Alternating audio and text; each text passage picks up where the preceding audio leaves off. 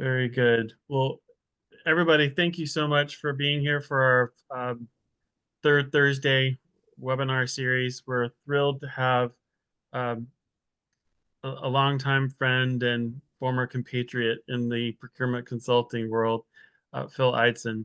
Phil, thank you so much for your time today. It's my pleasure, and thanks for inviting me to the conversation to create. I'm looking forward to it. Great, great. Well, for those of you who are part of ISM or other procurement organizations, wanted to maybe give a chance. Hey, Phil, for you, we've known each other for a while. I've already Yeah. told you you're my hero, and I want to be you when I grow up. But but if you could introduce yourself a little bit, just so that we can all get to know you a bit. Sure. So I'll try and keep it as short and snappy as possible. I've been in procurement for 25 years, which is scary, every time I add another year to that number. Um, I started off in direct materials procurement in the automotive industry with well, first of all, Vauxhall Motors, which was GM's UK arm, and then joined the grad scheme at Ford in the UK. This is, and when I joined the grad scheme, I did it thinking that I would be, or hoping that I would be placed in marketing or operations or HR or somewhere that sounded interesting. And they said, well, you're going to go and do your first rotation in purchasing. It's like, I don't even know what purchasing is, but okay. I'll do this for 9 months and I'll get into something a bit more interesting. And I never left. I started with direct materials. I realized that one, I could travel all over the world and get paid for it. So it's like, okay, I'm good with that. Um, two, I felt that I suddenly had this responsibility for a lot of spend. My first category was plastics, interior plastics, and there's just something about purchasing and then moving into the indirect space, more in procurement, that you're really at the center of a lot of things in the organization, and you get the purview of a lot of things that many folks in other different parts of the business don't see. So I was sold as soon as I started doing it, and so it's kind of been a journey from there. Uh, Both the direct materials and indirect services. I've worked in a variety of different industries, starting in automotive, but also financial services, consumer products, technology, all as practitioners. I moved out to India and spent a year living in India, delivering a captive shared service organization. This is back in like 2007, 2008, but that got me into outsourcing. Um, I became a head of procurement in financial services, and then decided I wanted to go on the other side of the table and join a services firm. And so then I joined ICG Commerce, who became Procurian, who became Accenture, to help deliver transformation programs and outsourced procurement, strategic procurement. So more of the category management and the sourcing side of procurement. About 10 years ago, I could never hold a job for more than 18 months or 2 years. I was with companies for longer than that, but I'd get bored really quickly. Um, because I always just love change. And when we got to business as usual, I was like, okay, I'm a little bit bored now. 10 years ago, I set up Art of Procurement. I decided I wanted to try being an entrepreneur, that if I didn't try, that I would always regret not trying. And I kept waiting and waiting for the right time. And then you realize there is no right time. And so if you want to do it, you got to do it. So jumped off the cliff, left Accenture, set up Art of Procurement, and since then I've been leading what originally was intended to be an advisory and a consulting business that helped folks think about the procurement operating model and how do they leverage kind of insourced and outsourced team members. Evolved because I started a podcast at the same time into a media business really that does a little bit of advisory. And so, we have podcasts. We just did our first in-person event last year. We do a lot of digital events and webinars and write white papers, really just trying to put content out there to try and, help procurement leaders rethink the impact they can have within the organization. And probably as importantly, share journeys of people who've done that in the past, and ways that you can go and actions that you can take so that you can drive some change with confidence. And so it's getting bored in jobs after 6 months previously. I can't believe it's been 10 years that I'm doing this. And I feel as motivated 10 years on as I did the day that I started. Well, I think the topics that you brought up in your podcast are so varied, and Mhm. you've been able to bring in some really interesting people, Yeah. which for me as a listener, it keeps it really new and exciting and fresh. And I mean, everything from, Luxottica to, Yep. to shipping companies Yep. to Corcentric back Yep. in our consulting world, Yeah. right? I mean, we try and, as we're thinking about content, we recognize that we're not going to provide content that is interesting to everybody every week. And that's part of the goal is, if we can create something that is of interest to most of our community once a month, for example, then, we've achieved something because you can go too generic and then it's not impactful for Sexy. anybody. Yeah. So that's really the goal is to just try and be varied, try and get lots of different perspectives, focus from different industries. We had last week we had IKEA, or this week rather we had IKEA, again something completely different, and that's kind of been our philosophy from a content That's awesome. perspective. Yeah. And that's why we're friends. Yeah.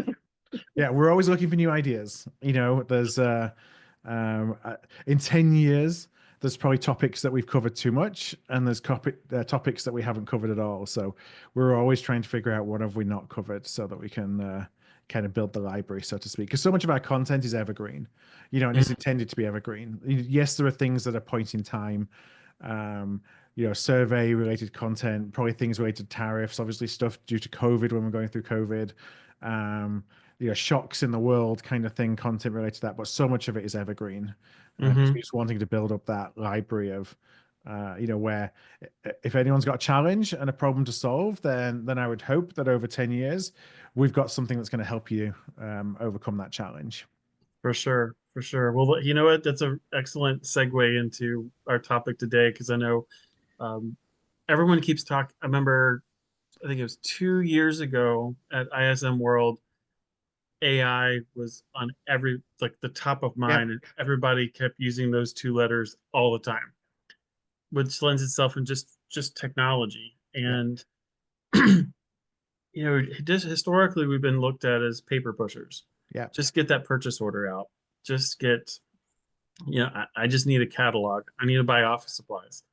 But like you said, in the direct material space, and even, back in the days of, P&G and IBM's transformation in centralizing procurement like yeah. that, we've gotten a different role. I Hmm. think we've gotten a different role, and you've talked about and you talked about it with our own chapter a few years ago about selling procurement Yeah, as that value-driven, value-driving force. yeah.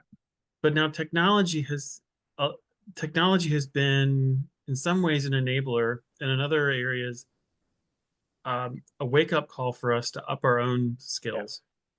How have you seen technology from all the folks that you've talked to and then the work that you've done? How has technology really, what impact has technology Yeah. now made as we laggards in that way? It's funny, I talk to some organizations and they're very low on the maturity continuum. It doesn't make any difference because they're not embracing it and they're not taking advantage of it. They're still just trying to do the day-to-day work. And I look at other organizations who are on the other side, who are completely trying to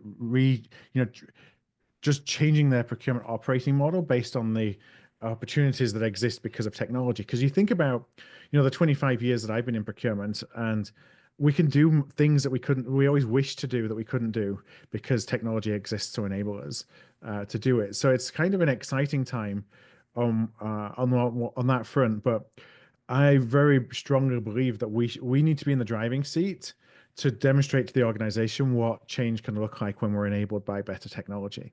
Because to your point before about being paper pushers, there is that perception in a lot of businesses that that's what the role of procurement is, and the difficulty, well, not difficulty, the risk that we have as procurement is that in those instances, decisions about technology and technology usage to buy stuff, um, which is all some of these organizations think we do, if that's all they think we do, that decision about we can use technology to do that is going to be made outside of our hands. Mhm. And so therefore, I see that in some organizations, technology will replace what procurement does because procurement isn't seen as being a strategic partner. Procurement's just seen as being the paper pusher or the one that gets in the way when I'm trying to order a pencil, and makes my life difficult. Um, if you're in an organization like that, now the time is running out to reposition yourself as as a department within the business that can actually help help the business achieve and align what you're doing with the objectives of the business. Um, Mm. Now, those that kind of are in that position already, or that can look at technology and say, "Hey, this technology is going to be able to change what I can offer to my business," and are embracing that, those are the ones that will probably be really well positioned with technology, because now you can offer services to your business that you might not be able to offer, or you can be faster, or you can be, more proactive and predictive around your supply, and that's where procurement will be advantaged by new technology, because we'll take a bigger role. Well, I see that also in the area of compliance, right? With Mhm. the Uyghur Forced Labor Acts, we now see the EU Green Deal. We now Yeah. see um, IFRS having bought, introducing feeding into science-based target initiatives. Um, there's a lot that we need to be doing. COVID taught us a lot about lower tier suppliers and where Yeah. they are. And if the whole country of Malaysia shuts down, you need them for one component, personal life story. Yep. You can't get those circuit boards. You can't get those whatever computer parts at all. We've probably all had experiences like that. I remember back in the day when I managed outsourcing and offshoring for a financial services company. We thought that we diversified we had something like 10,000 people in call centers and in mortgage underwriting BPO centers. And we thought that we'd diversified our risk because we had multiple suppliers. Well, all the suppliers were built in offices on the same road, in the Philippines. So when a typhoon comes through, it doesn't matter that you've got 10 different providers if no one can get to work, because they all work in the same office complex, essentially. Yeah. And I feel that I've done a lot of work over the years on risk and risk management and risk mitigation. Um, I feel that getting visibility into your tier two, tier three supply base is still kind of a dream Nascent. rather Yeah. than like that's the one thing that we're still missing, that I don't see any technology has done a great job, because it relies on relationships. And trust of Yeah, sharing it. exactly. And so often our suppliers are not willing to share that information because they're afraid we're going to go and circumvent them and go straight to the source. Yeah. So Well, it's almost like it's a technological problem in one respect, but it's as much a people mhm. and a culture and a trust problem. And I don't think we've overcome that yet. And technology Well, is not the solve. Technology alone is not how you solve that. right. Oh, agree. And that's where we see the human people talk about the human in the loop, I think, as well. Mhm. When we talk about productivity, we bring about um, speed to velocity, Yeah, speed to source, speed to award, speed to implement. Having a tool in place, if you don't think through it and almost force the humans to be in the loop yeah, and be active within the loop, you might as well just throw it in the garbage because yeah. adoption goes away, effectiveness goes away. Yeah, and that's a change management issue too. Because I think about, I was inspired to start out of procurement based on my time in outsourcing and offshoring, and based on my time in India, where we would, the time that I had in India, I had a really, really good team of, data scientists, really before data science was a thing, but was just crawling over data to provide insights back to our colleagues in the US, the UK, around the world. And they were afraid to use that information because they would look at it and think, well, I should know this already. So by admitting I don't know this, is going to put my job at risk. And so I feel like AI is the same. It's just you're dealing with a bot now, rather than a colleague in a lower cost country, where there's Mm. this fear of taking advantage of it, because if I start there, where's it going to end? And is it going to end with my job being taken? Now, my philosophy was always, if you're a catalyst, you're leading the charge for driving change and driving technology adoption, then even if your business doesn't see, even if you're outsourcing or automating your job and there is no job left for you in your current organization, you possess a very in-demand skill set. Yeah. That there are going to be plenty until the end of time companies who need that because everyone's just on a different speed of journey of maturity. Well, I'm even thinking again about another aspect with the human in the loop is category management, Yeah. or even coming up with the insights to do your internal and external profiles. If you can't have that speed, if you don't have that access and that quick access to insights about the market, who are the players, who are your incumbents, let's compare the two. Why are you using XYZ? The dude's 1 week from retirement and he's a one-man shop, Yeah. thinking out loud, right? Um, you have no you how do you look at then what's the true total cost of ownership for this? It's how much of that is truly labor, or how much, why are you focused on IT when labor is really the biggest Mhm. component of it, like in warehousing? Yeah, I think that category management is probably one of the most interesting spaces for me about AI because so often when we talk about new technology and we talk about it as an efficiency play, and an efficiency play is often more downstream rather than upstream. And yet, upstream is where the magic happens. Like downstream, I always tell folks that the perception of procurement is going to be driven by how easy you make it to buy the lowest risk things. Like if you Yeah. make it easy for them to buy the stuff that the business needs every day, then that's going to help you. If you make it difficult, they're never going to come to you with their more strategic stuff. Mhm. But upstream is really where we add most of the value, Mhm. and so being able to bring in data from various different sources, both internally, demand, um, kind of patterns of usage and what we bought in the past, and that you're bringing in spend analytics and everything, marrying that with external data around supply markets is really, really interesting and trying to kind of synthesize it. But there's always the, as you say, the human part, which is that's all well and good. I have this information, but one, you need to sanity check it, so I can trust this information. Exactly. Um, and then two is, okay, how does this work? How can I use this in my organization and the Yeah. culture of my organization? And I think really importantly, because it's something else I really strongly believe is that we can have all the data and the insight in the world, but if we can't tell the story around it, it doesn't matter. And so Right. that, our job becomes relational storytellers who can interpret data as opposed to Yeah. being a negotiator. Well, Yeah, and it's a what we were in targeted, the past. insightful story. It has to matter. It has to answer the so what. Telling a whole book report just says that you read a book. Yeah.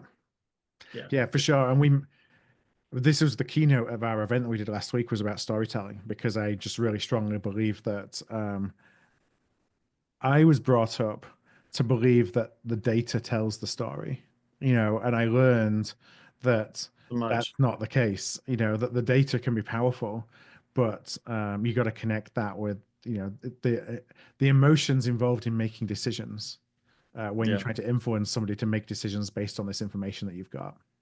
Oh, for sure.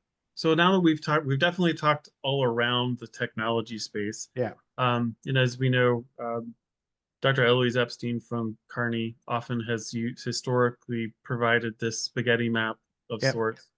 And others have now trying to take the reins from her work to then look at how broad and how deep and how complicated, how Yeah. multi-layered some of the technology landscape is within our profession, Yeah. right? I mean, and by discipline, right? Like we Yeah. said, category management, you've got one, you've got risk Yeah. assessment of one, you've got sourcing, you've got catalogs, you have companies that started out as catalogs and have grown. You've got transportation, you've Mhm. got just pure data visibility, and the list goes on and on. Yeah. Um, what are your thoughts about? I mean, I think it's sometimes it's a blessing and a curse that the procurement technology area has grown into what it is. Yeah. What are your thoughts on that? I mean, it's really interesting because when I started at procurement 10 years ago, if you put together a chart like that, there's probably 30 providers on it or 20 providers on it, and we could all name them all. And then, you just observe how it's just exploded. And there was so much investment, probably because the sales and the marketing tech stacks became saturated with investment dollars. It seemed like the next place for it to go is supply chain and procurement. And then before we know it, we've got hundreds of different providers. And honestly, sometimes it's difficult to tell them apart. And sometimes you look at a new company and think, why do we need another one of those? When we already have, 15 of them. So, you, I mean, each have their own reason for motivations for being started. But that explosion is, yeah, both as you say, a blessing and a curse. It's a blessing because now we are served by so many different potential technologies and in even different spaces like procurement orchestration, for example, that didn't Mhm. exist before. But on the other hand, I see it paralyzing procurement teams because there's so many choices they're afraid to make the wrong one. Which Right choice should here, I I'm make? one of Yeah, them. Yeah, yeah, like where do I even start? And so and if I pick somebody today, what's to say that there's going to be some new company I didn't even know about that starts in 6 months' time that does exactly what I wanted to do? right. So that the challenge is certainly real for, how do I select a partner, and how do I look at the market and figure out what I actually need? Because it was a relatively easy decision 10 years ago, um, Yeah. and not so much anymore. Well, we still have the Koopas, Yep, we still have the Koopas, we still have the center trades, we still have all the folks. I'm not endorsing them, just yep, mentioning names, just in case anyone gets on my case about it. But then at the same time, we've got the bigger players. We've also got some of the medium yep, in the middle range, and then we've got some of the startups yep, in that space. Um, how do we navigate? I mean, each of them probably at that size, yep. there may be something that's more appropriate for also a certain size customer Yeah, company. I think that's really important. That there are now, based on the size of your business, there will be niche providers who serve. I think about procure to pay. There'll be procure to pay providers out there that serve. You are a hospitality business with $200 million in revenue, and you look and there's actually, three players who all serve that market. Whereas before it was, how can I use one of the big companies and try and make the best out of it based on what my business is. So you do have a lot more choice at the software that's more built, that's fit for purpose. What's interesting is, as well for me, is like how we're going in terms of how we use technology and or should I say, how we build technology infrastructure. So in the past, the conversation was always, do I go for a suite? So that's going with, an SAP, a Cooper, an iValua, a Zycus, you name Right. kind of the suite providers, um, and just use all their modules, or do I just build it piecemeal and go best of breed? So now you have this new category, which is intake and orchestration, and I see kind of intake and orchestration. Those companies are trying to become the platform. They're trying to become the iOS or the Android of that supports the that basically brings together all of the best of breed, so they're Hmm. plugged into one single platform that is kind of, you can leverage these best of breed technologies when you need them. So now you can have hyper niche technologies like a hyper niche app that you might only need to use a few times a year. And you would never buy it and onboard it because people would forget it existed before. But now it can plug into an orchestration platform. The orchestration platform will direct its use in the circumstance that it's needed, and now it exists and can provide a lot more power in doing a certain task. So that's kind of interesting to me now is um, how these are all going to kind of plug into a central platform. Of course, you'll still have the suites. The suites will always have a place, especially in higher complexity businesses, in businesses that want to rely on, that are, for example, an SAP shop and they want to retain SAP across everything. So it's not that they're going away, but it's providing a lot more optionality for businesses in terms of how they use technology, and um, that's really interesting. Uh, what I see happening with that is it's still difficult for you to keep an eye on the marketplace to say, okay, I want this hyper niche technology to plug into Zip or Oro, let's say, or Tonkian, Right. an orchestration platform. But I see that those companies will probably end up building relationships and partnerships with these best of breed providers so they can come and say, out of the box, I can offer you a sourcing solution that plugs in. And again, I'm just making names up. Sure, You know, sure. Kilvar for transportation, or Fair Market for doing kind of automotive Scale. buying over there, or Globality here, or you name it, and we'll plug all those things in and we'll come and here's the box. Hmm. And it's all kind of powered by our orchestration platform. Well, it's also sometimes it sounds like I got two observations on it. First off, if they have those preferred the big box leading players, they may say we can do this, but if you really want to use your own niche provider that we don't have that relationship with, Yeah. it might cost you more because it's a custom solution, custom Yeah. APIs. Yeah. I think that they're trying to build these platforms so that it's Easy uh for them. relatively easy to build these integrations. But you're Yeah. right, I think that for a platform that's not been plugged into a Zip or an Oro or a Tonkian, I'm sure there is some kind of custom integration that's required, or building that connector for the first time. Mhm. Well, the other observation I had is when you talk about orchestration, it kind of reminded me of some of those integrator type functions that we try to do by category, be Yeah, it MSP, VMS, yeah, or IFM, or you know, pick the inner LMS or yeah, LRO, all those LPO kinds of things where it's a similar kind of integration model, but it's category specific, but conceptually they're about the same. If you think yeah. it's the procurement orchestration is you can then specifically with procurement segments, like you said, then allow them to orchestrate each of those with their own niche companies. Yeah, one thing that I see is we had the promise of guided buying, what, 10 years ago, Hmm. and it never really fulfilled its promise. And so I see that orchestration and where you have, and this is as much the intake side of things, where you have a single front door for the organization outside of procurement to come and engage, interact with, I need to buy something, Hmm. then the capability now is real. Right. We can have pure guided buying like we did before, where you have the guardrails that are built into what people can buy, but from a procurement operating model, that to me says that we're kind of ready now to, you think about how an operating model evolves. We're decentralized to start with. We then centralize everything. We then realize that's not the answer, so we go to a center led. Now it's Hmm. like, okay, we're going to go almost full circle and we're going to decentralize again, but we're decentralizing now with guardrails and with governance. Um, and so we're kind of devolving the act of buying back into the business through Hmm. these platforms, rather than procurement getting in the middle of everything, even though we kind of are still managing it from a compliance perspective and the rules that we put in place. But those are pretty Hmm. invisible to folks as they're going through the platform.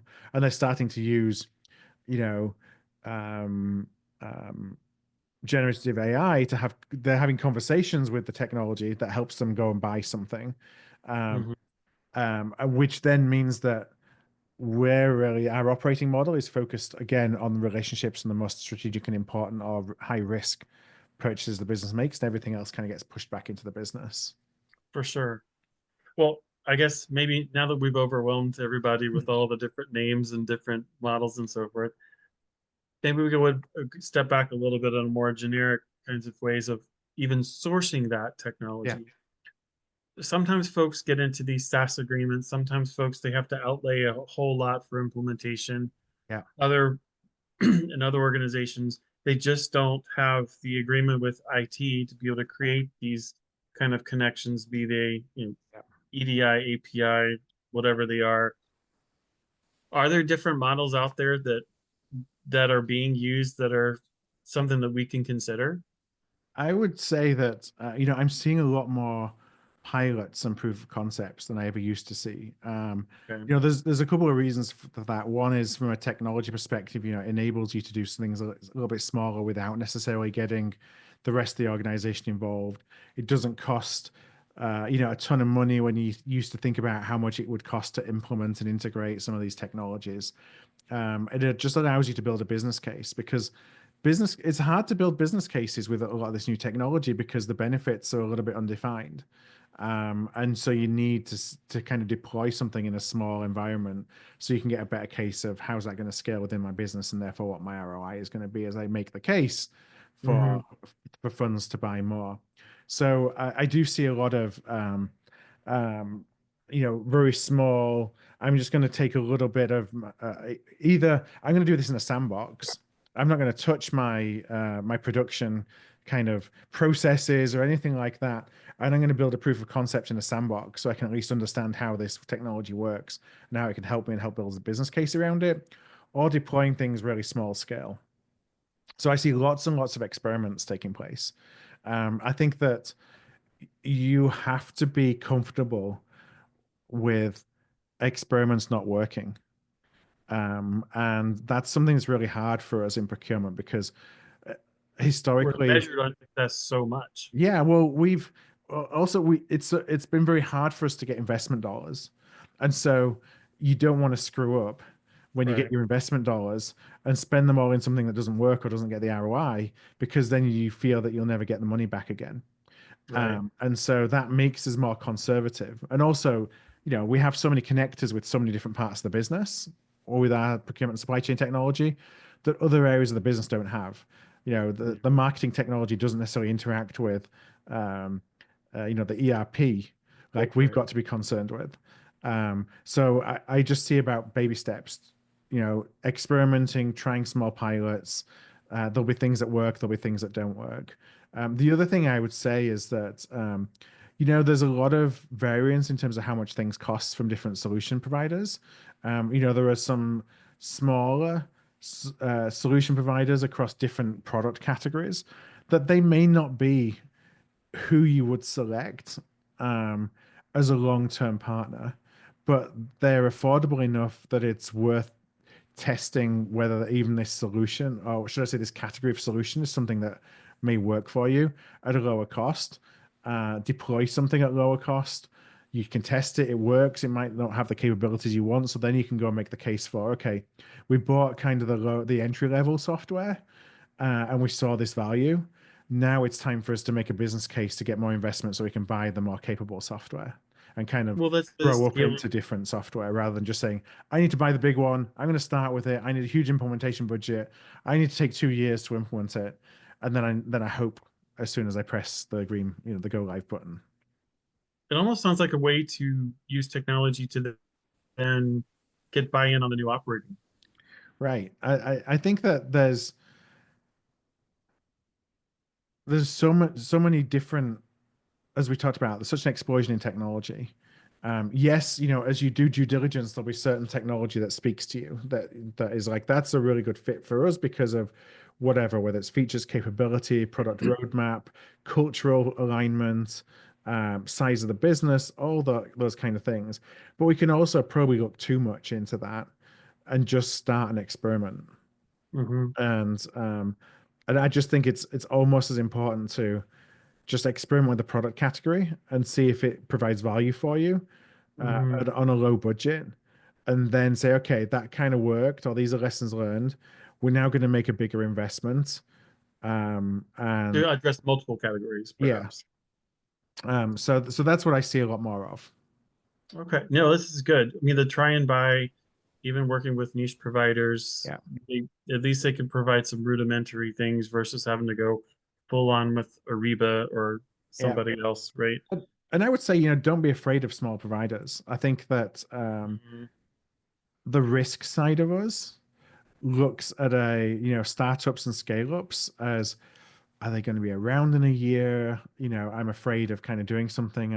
and them not existing. I think that's one, there's things you can do to mitigate that, but Hmm. also that's a necessary.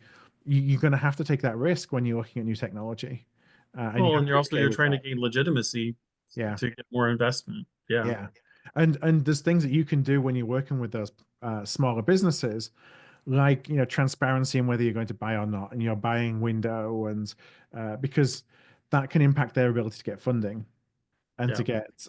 get so many times I see large enterprises working or making promises to small businesses that they're going to work with them, and of course things move slowly oftentimes in enterprises, and their ability to raise money and get funding and extend their runway is based on when they're going to close the deal with you. Hmm. And if you push the deal out, for you, it may, a quarter, it may not mean anything. For them, it can be a life or death decision because it might impact their ability to get future funding.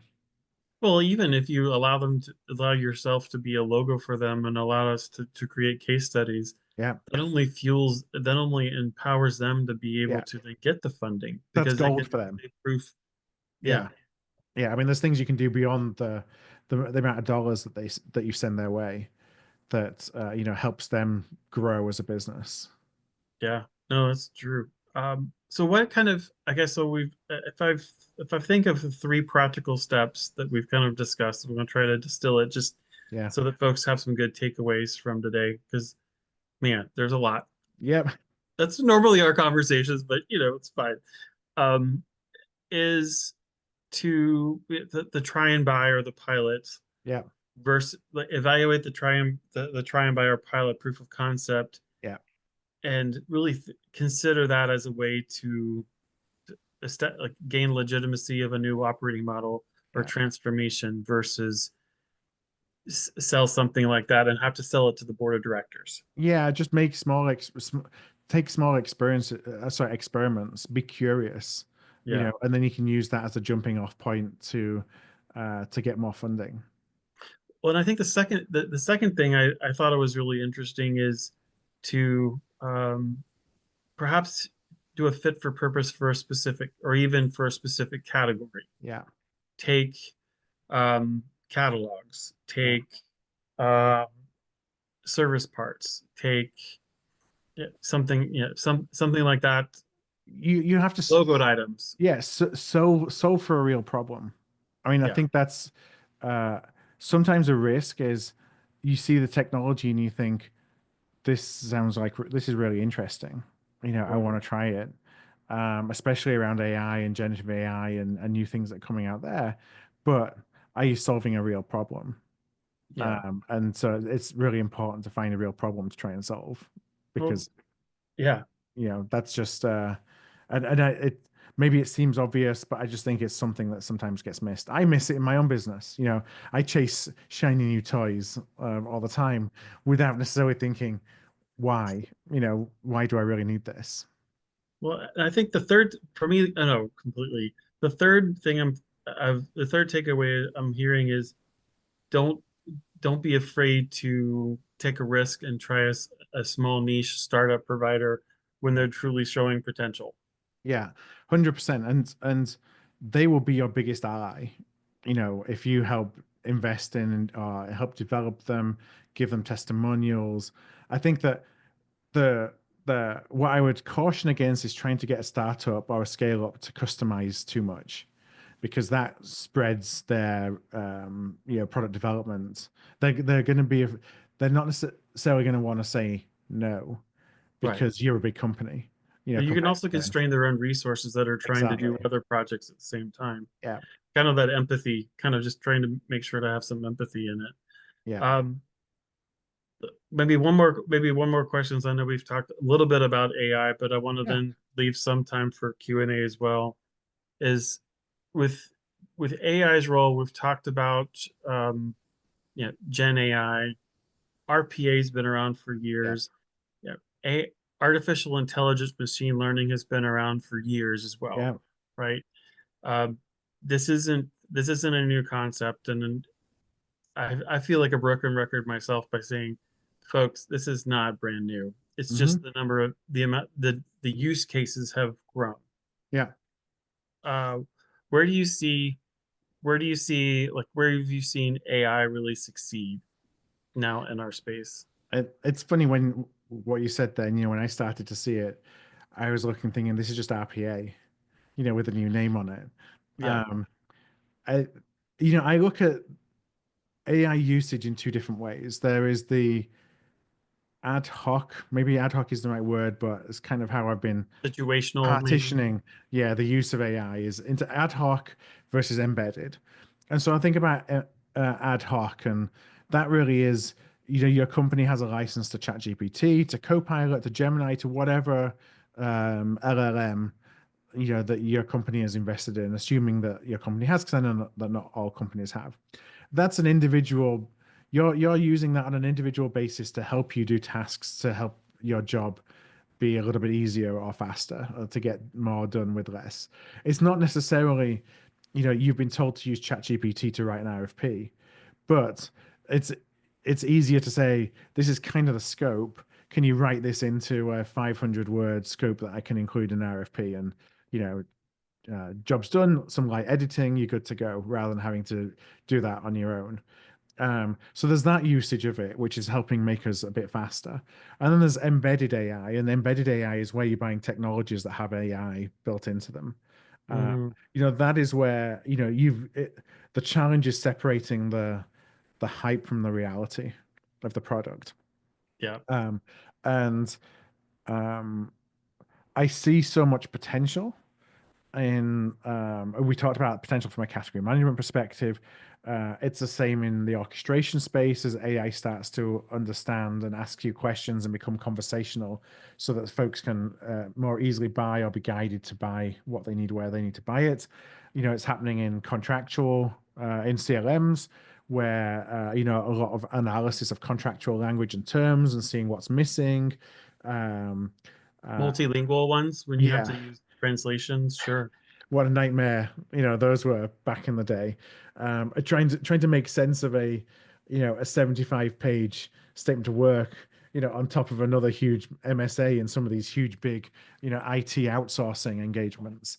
um, so lots of use cases where it's more embedded into the tools, and that's where obviously the whole software market is going, is how if you're not using AI in your software, then is your software obsolete? I think is the prevailing mindset of Hmm. the software providers at the Yeah. moment. So it's just going to be interesting to see how how they use that. Well, so I definitely I put in here if you've got questions or comments, please feel free to put that in there. Be, with the remaining time we've got, want to do that. Just as a general Yeah. note there. Um, Before while we wait on some of the questions, one thing I had is a lot of times for us is procurement for our own training, Hmm. for our own continuing education and development. We've got to then start learning AI too. Yeah. 100%. I mean, I know it's a cliche term about, that AI is not going to replace our jobs, but people that understand it will.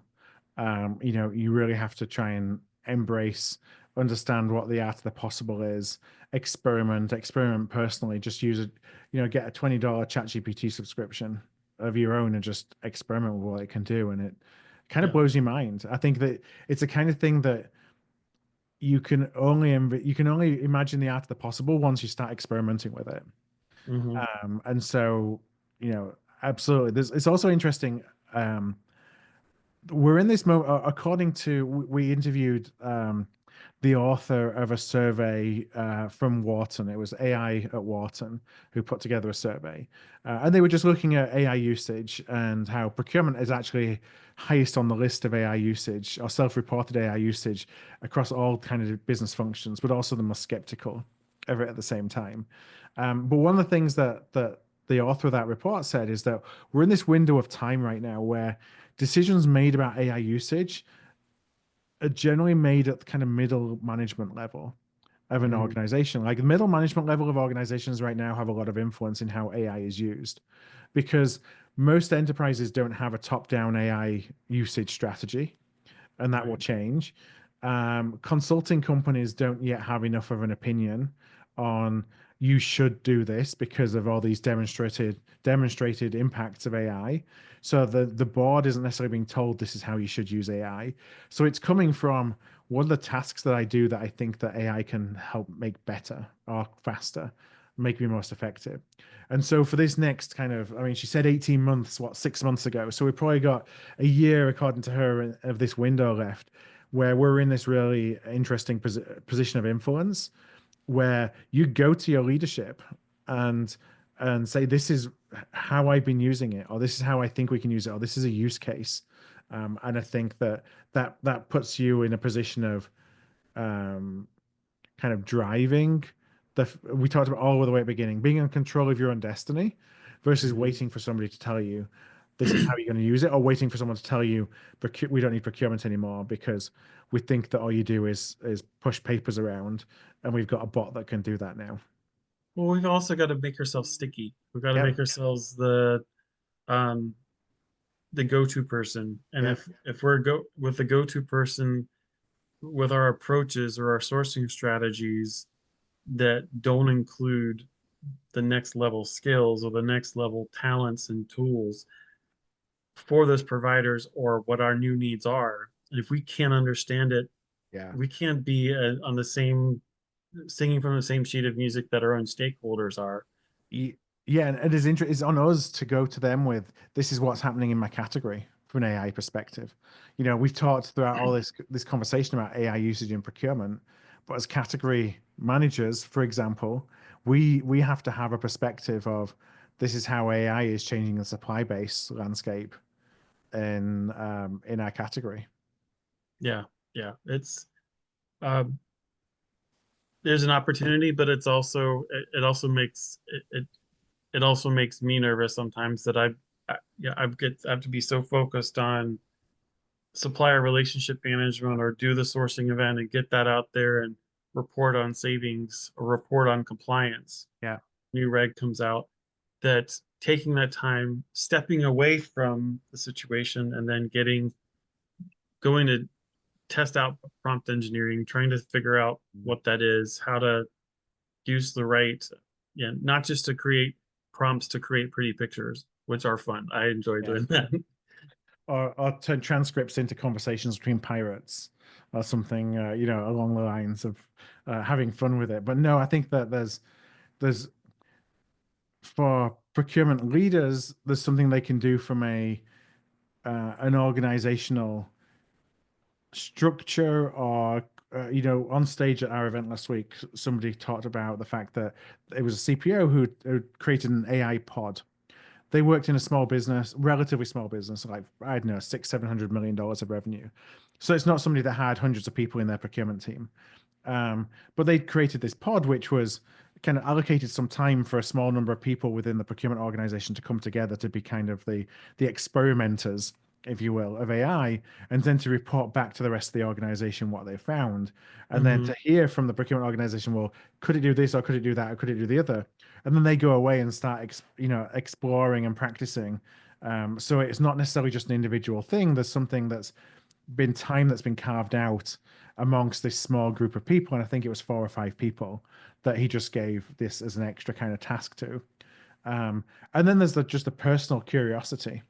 Yeah, If your organization hasn't carved out something like that, you feel as though you're working, all the hours that's possible. Um, as sad as it says, you got to find time. You got to find time to just experiment in your own for time, sure. For and that's sure. just your own personal career development. Yeah. Oh, for sure. Yeah. We've got to own our own careers, just like Yeah. you said, and we've got to own the direction. Otherwise, we're going to find ourselves obsolete. Yeah. Yeah.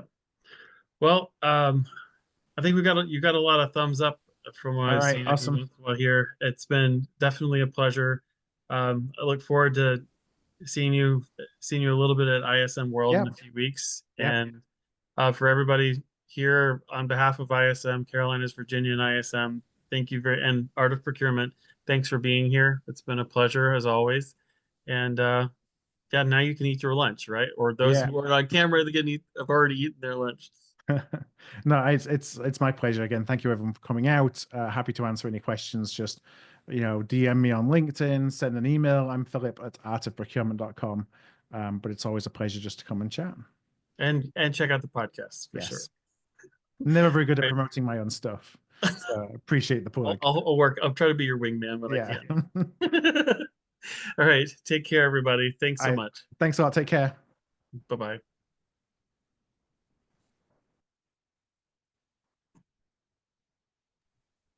Thanks, Dupre. It's fun.